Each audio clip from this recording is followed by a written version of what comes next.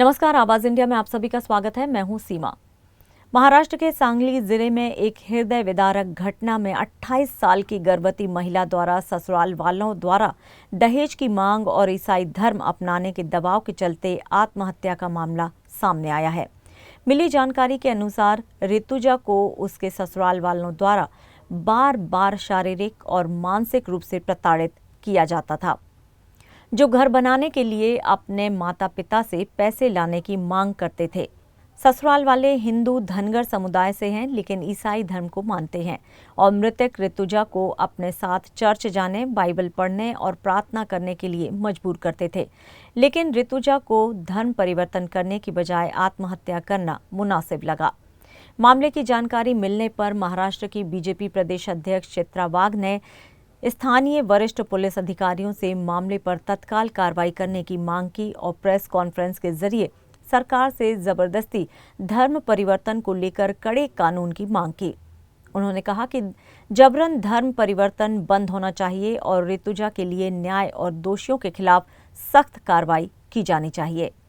चित्रा वाघ ने महिलाओं से आत्महत्या जैसे कदम न उठाने की अपील करते हुए अन्याय से लड़ने और कानून का सहारा लेने की गुहार लगाई है।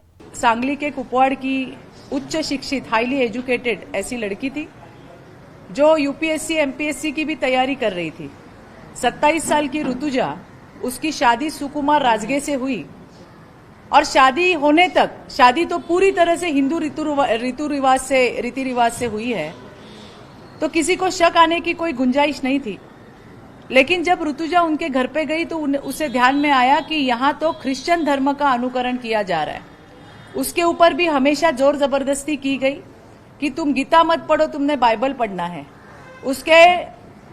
उसके इच्छा के विरुद्ध उसे चर्च में भी लेके जाते थे। वहां के पादरी आके घर पे उसके सास ससुर को कहते थे कि आपकी बहू जो है वो हिंदू धर्म का पालन करती है, इसीलिए आपको बड़ी तकलीफें आ रही है। और तब से उसको बहुत ज्यादा टॉर्चर किया गया, उसको मेंटली हैरेस किया गया और इसकी परिणति हमने देखी है कि अंत में उसने अपने पेट के 7 महीने के बच्चे के साथ अपने आप को खत्म किया है। इसमें उसके पति, उसके सास ससुर, इनको तो अरेस्ट किया ही है। इसके साथ में हमने हमारी मांग रखी है कि ये जो शादी मिलाने वाले होते हैं उनको तो पता था कि ये राजगे परिवार जो है वो क्रिश्चियन धर्म का अनुकरण करते हैं, पर ऋतुजा के माँ बाप को इससे अनभिज्ञ रखा गया, उनको बताया नहीं गया। इसलिए उनके साथ जो धोखाधड़ी हुई है वो मीडिएटर को भी इसमें को अक्यूज करना बड़ा जरूरी है। इसके साथ ही जो पादरी उनके घर पे आते थे और जिन्होंने ऋतुजा के सास ससुर को कहा कि आपकी बहू हिंदू धर्म का पालन कर रही है और इसीलिए आपको बड़ी तकलीफें हैं, उनको भी इसमें को अक्यूज करना चाहिए। ये हमने मांग कल एसपी साहब को की है। इसके साथ ही ऋतुजा के माँ बाप से पैसे की भी डिमांड की गई है, तो डाउरी का भी इसमें सेक्शन ऐड होगा, इसकी भी मांग हमने की है।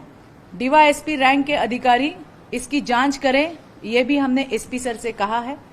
आज ही मैंने राज्य के सम्माननीय मुख्यमंत्री साहब, इनसे मेरी भेंट हुई है और मैंने उनसे भी ये विनती की है कि धर्मांतरण विरोधी कायदा जो कानून है वो जल्द से जल्द महाराष्ट्र में लागू हो। इतना ही नहीं, अगर किसी महिला के ऊपर दबाव डाला जाता है तो उस दबाव को भी गुनाह समझ के गुनाह ठहराया जाए, ऐसी विशेष तरतूद उस कानून में होनी चाहिए। इतना ही नहीं, शहरों में और ग्रामीण इलाकों में बहुत जगह पे धर्म के नाम पे जो कुछ प्रलोभनात्मक केंद्र चल रहे हैं उसकी भी जांच हो